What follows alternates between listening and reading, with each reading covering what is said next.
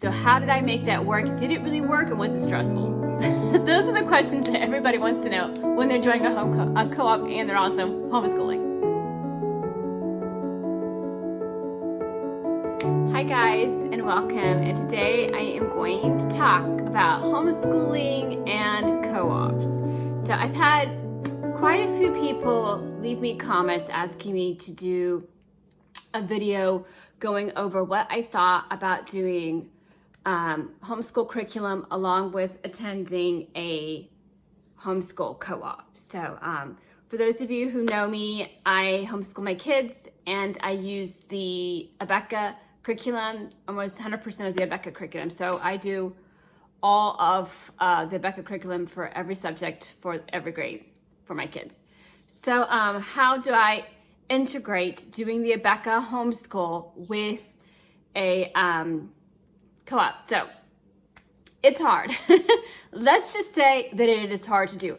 So I will go back. My oldest child is going to be a sophomore and he does the Abeka curriculum for 10th grade. But before then, when we were younger, I really wanted them to have a good foundation for getting along with other kids, for being social, for just having that playtime, and for me also to have interaction with other moms. So that's one of the things that I really wanted to see that my kids had. So I'm going to do an about me video, but I went to public school, I went to private school, I went to public school, and I was also homeschooled. And when I was homeschooled, I really didn't appreciate it and I didn't really like it very much. So I told myself that if I was never going to homeschool my kids, but I ended up homeschooling my kids. So when I did homeschool my kids, I made it so that I wanted my kids to be able to go outside, go do field trips, have friends, join co-ops all the time, do sports. So I wanted them to be able to be social with other people outside of the home and not just have it home-based education. So when they were little, I think I did a homeschool community through our local community. So whatever county that you live in, so I live in a certain county, I'll type that county in on a Facebook page, and usually there is a page that comes up. So check whatever county you live in. I've lived in Kansas City, Missouri when my kids were 2 and when they were 6. So I lived there for a long time when they were in the 1st, 2nd, 3rd grade, preschool grades. And I would put in Kansas City homeschool and a whole bunch of things would pop up, and you could ask questions about local groups. Sometimes I had to travel a little bit to find a homeschool group. But check Facebook. They usually have a ton of homeschool community. Check online through the internet web search. And I don't know, check just typing in homeschool academies where you live. So when I lived in Kansas City, Missouri, they had what's called Discovery Homeschool Academy, which is basically a church that did math, language, science, art, theater, choir. They did all those subjects, and it was once a week, once a day, once a week. And it's kind of like a school, but it was for homeschoolers. So the homeschool kids could interact with other kids, and it wasn't an academic group. It was just something the kids could do for fun. And that was in Kansas City. So if you're in the Missouri area, check that out because my kids really, really loved it. I think they went there for 4 years. So they went there for 4 years and they really enjoyed it. There were choir shows, there were art shows. So check local churches because sometimes churches will have, they will have homeschool co-ops, homeschool academies, that kind of thing. So when I moved back to Ohio, I was already searching up what kind of a homeschool group to join because I wanted my kids to have friends and to learn in an environment with other people. And so we came across Classical Conversations. So Classical Conversations is a huge, huge co-op group. You can check it up online. It's huge. A lot of people have given YouTube reviews and reviews about Classical Conversations. Right now, they're actually in the media because for some things regarding how it's being taught and how it's being delivered in different counties. But it's still a really, really good homeschool group. So check Classical Conversations.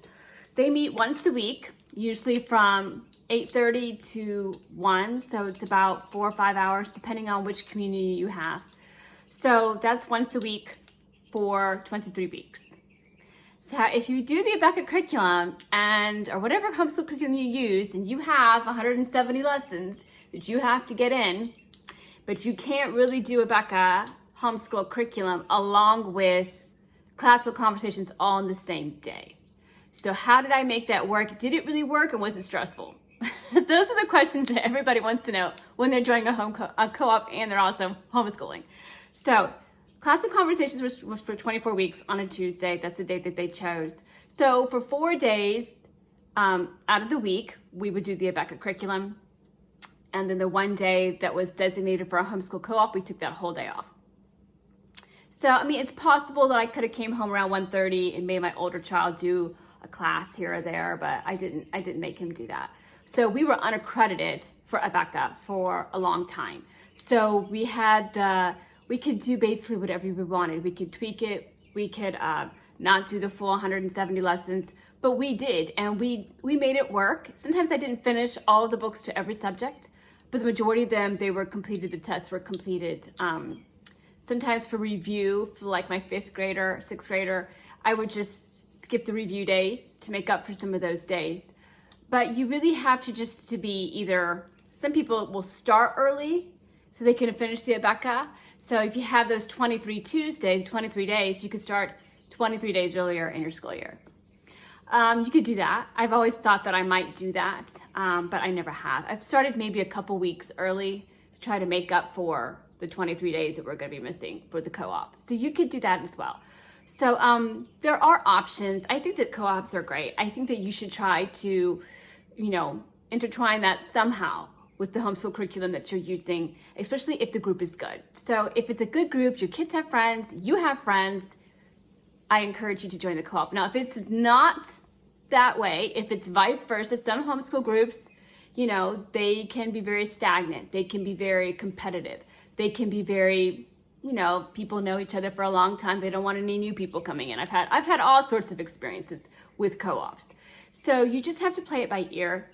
And you really have to, for me, I'm shy in nature. And so for me to go out, that took a lot for me to do. So I really had to think of my kids and think of the fact my kids need friends and they need involvement and they need to be around other people. So I really have to really go outside of the house, take my kids with me, and have them mingle with other people. So this really wasn't a video about classical conversations. It was the co-op. It's not really a specific video regarding what they teach. I guess I could go into it for a few minutes, but so classical conversations has 3 levels. They have foundations, essentials, which goes with the foundations, and then they have the challenge years for challenge 1, 2, 3, 4 for when your kids are in high school. So we have done foundations and we have done challenge. So foundations is more of the stick in the sand approach. It's very laid back. They do a lot of music. So they do, they have math songs, grammar songs, history songs, geography, timeline songs. Then they have like, let me see, I could actually show you really quick an example of something that they have. So they have math, they have English, they have the history song. Oh, they do Latin too. They do Latin as well. Timeline song. They have geography where they point things out on the globe. Then they have science. And then they have presentation time. So if you do classical conversations, your children will get a chance to stand up in front of a class and give a 5, I think it's less than 3-minute presentation, which was good because kids need to know how to do that. Teens, it helps with teenagers getting up and doing that, getting up and giving a presentation in front of their peers, learning how to talk about something, a concept or something they like. So that was about 3 minutes. And then they had snack time. And then they would have either fine arts or they would have science projects. So, and they have the 3 cycles. So if you start when your child is 4 and you repeat those cycles over and over, your children will eventually learn this. And the songs are really catchy. The songs are great. So my oldest child, he learns by doing memorization, by hearing the sounds and the music songs. So he was a memory master for, I think, his 2nd year. And so when we tried, the first year I didn't even know there was such a thing as called memory master until the very end. So he was a memory master the 2nd year. My youngest son just he's not into trying to be the master of that. But these are what they basically go over. And I do like foundations. I think it's a fun environment. They try to change the tutors up here and there so you get new tutors. And the kids are usually the same kids. They really have good friendships and they bond really well. If I had anything to say about classical conversations, they appear to do the same fine arts. They appear to do the same kind of art concepts and the same science projects. So if you're doing more than the 3 cycles and you're repeating those cycles, it's the same science projects and it's the same art. So I wish they would change that up. So if you go, but I know that's impossible probably, but I wish they would add some new science experiments and some new art concepts or new artists and new musicians that they listen to. But other than that, it's a fun environment and it's not very long and the kids really enjoy it.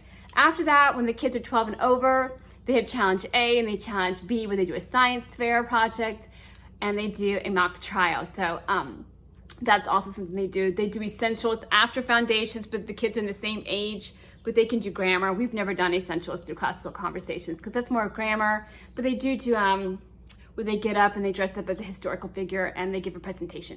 So my child didn't want to do that, so we just opted not to do that grammar, the essentials part, because Abeka does that and it's more costly. So that's another thing about co-ops. Depending on which co-op you join, the prices can get pretty expensive, and classical conversations is expensive. I was gonna say it's expensive. So my older son, for 1 year, he didn't do a co-op, but he's in sports, he does a lot of other things. So he wasn't in a co-op for challenge 1. Challenge 2, he had friends in there. He did challenge 2, and it cost me over $2,000. It cost me a lot of money. You have all the books that you have to buy. There's a protocol trip that they go to. He went to South Carolina. So there are things that they do in museums and trips that they do. So it's more expensive. So start saving your money. Start saving your money if you have a child and you want to put them in classical conversations co-op. It's going to cost you a pretty penny. So I just want to quickly go over. I'm going to do another video where I talk more about classical conversations probably. But there's challenge 1, challenge 2, and up through high school. And they start challenge 1 when they're in high school. So I'm trying to see. I know this is so bad. What are some of the things that they go over? They do the same thing. So for challenge, you have, if I can find it, you have what's called, that's parent stuff. So depending on what community you're in, they might use some of these books and sometimes they might not. So logic is their math, and you get to pick whatever math you want. So if you're doing Abeka full time, you can just they use Saxon. Saxon is good too, but we use Abeka. So you can just substitute Abeka in for their math. So that takes care of math for CC. And then they also do Latin. So here's another thing.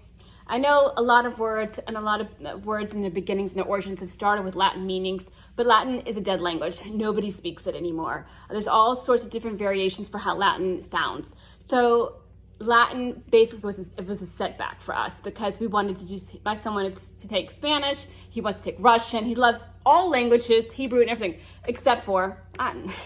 So he knows some vocab for Latin, but it is a dead language. But I like how some origins of words, came from Latin, but other than that, I think it's useless. I think that time could be spent better learning a language where people are speaking today, what people speak today throughout the world. So then they have their research, which is their science lab, science journal. So he took a challenge 2 and they used the Apologia science. It looks like, yes. So that was challenge 1. He did challenge 2. I don't know why now I'm challenge 2. So they do Apologia, which is good. So I had a chance to look at Apologia biology and the biology for Abeka, and so I'm gonna hopefully do a video comparing those two on which one do I think is better and what ways one may be better than the other. But they do Apologia science, and that's something that you will have to buy. What else? So logic, grammar, reasoning. They do traditional logic, which is hard.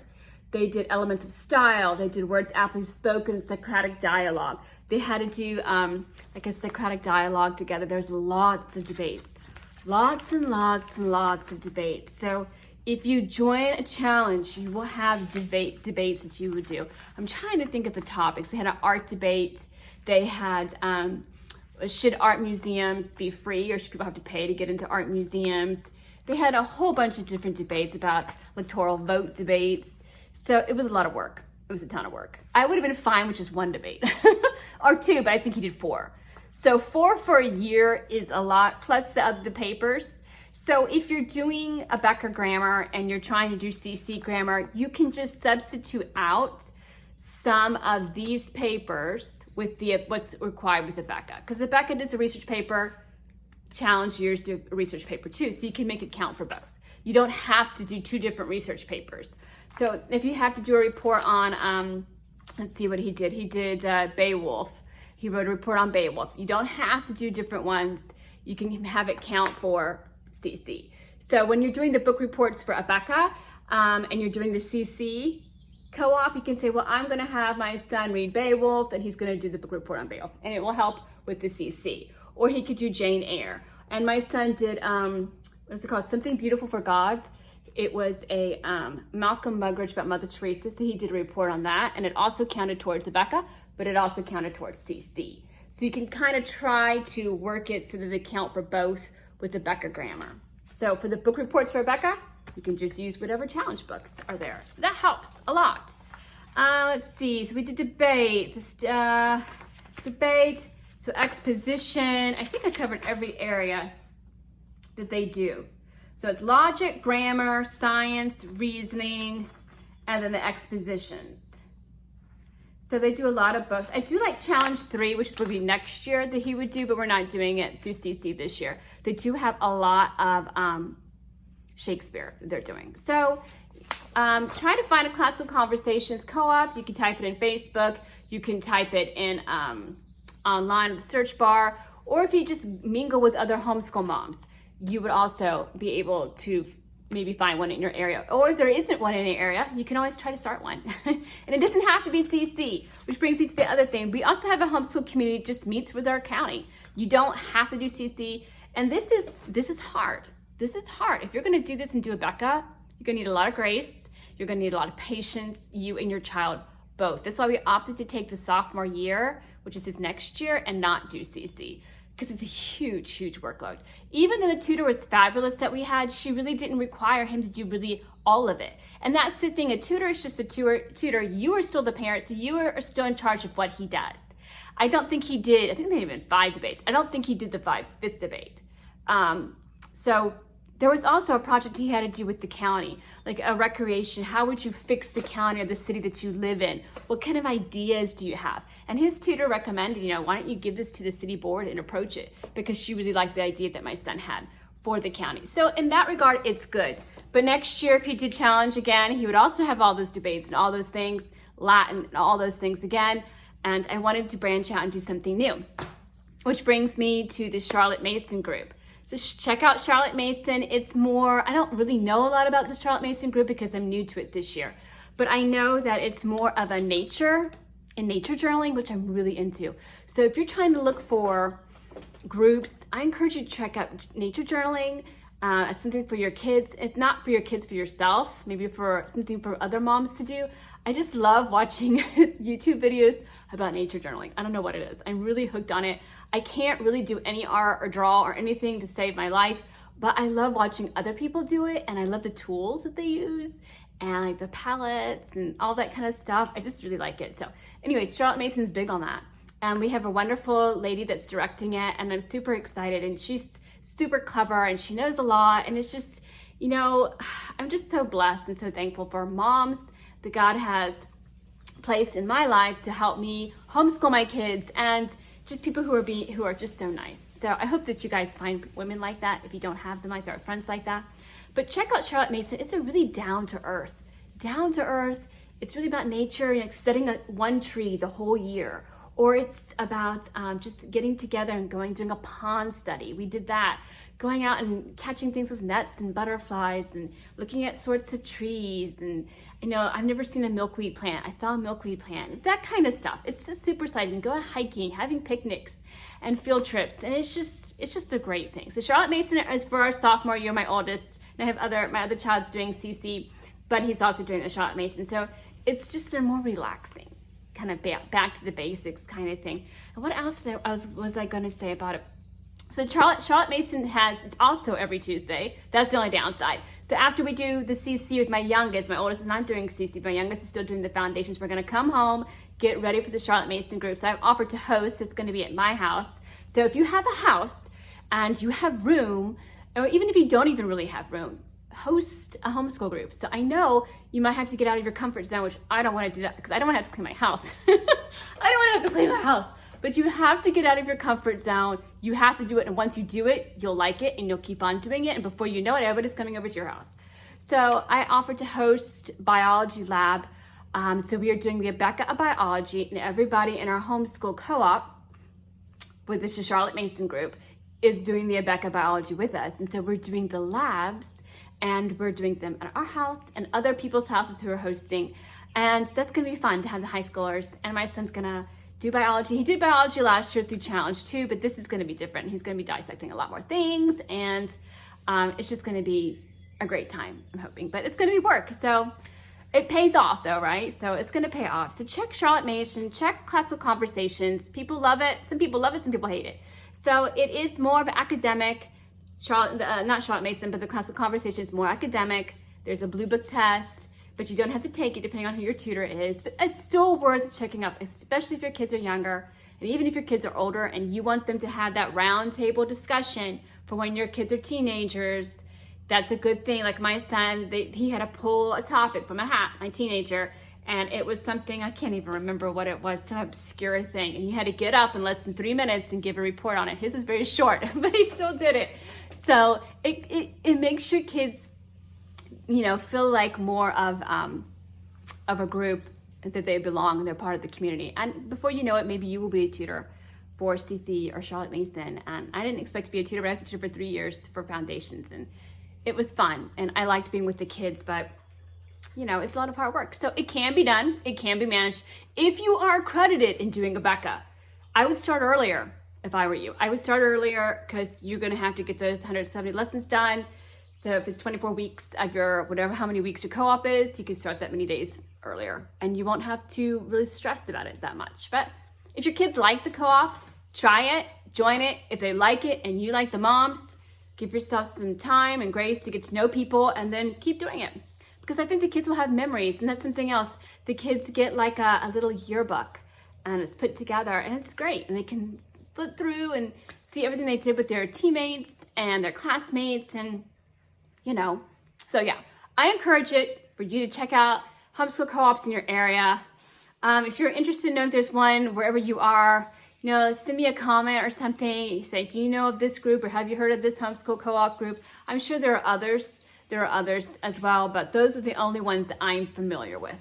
So I do recommend a co-op though. It can be worth it. And if it's not, and if it's causing you too much stress and your kids too much stress, then just tailor it down to meet your kids' needs, or maybe you would just have to not do it for the season or the time that you're in and try it again next year. So that is it for today's video. I hope this has answered everybody's questions about a co-op and doing Abeka and homeschool curriculum at the same time. Hopefully this has been helpful to you. If you have any questions, just leave them in the comment section and I try to respond within 24 hours so I know you guys are busy and you're waiting to hear back.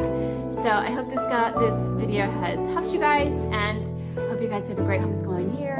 And check back for some more videos that I'm going to be doing throughout the year about Abeka. And thanks so much for watching, guys. Have a good day and God bless.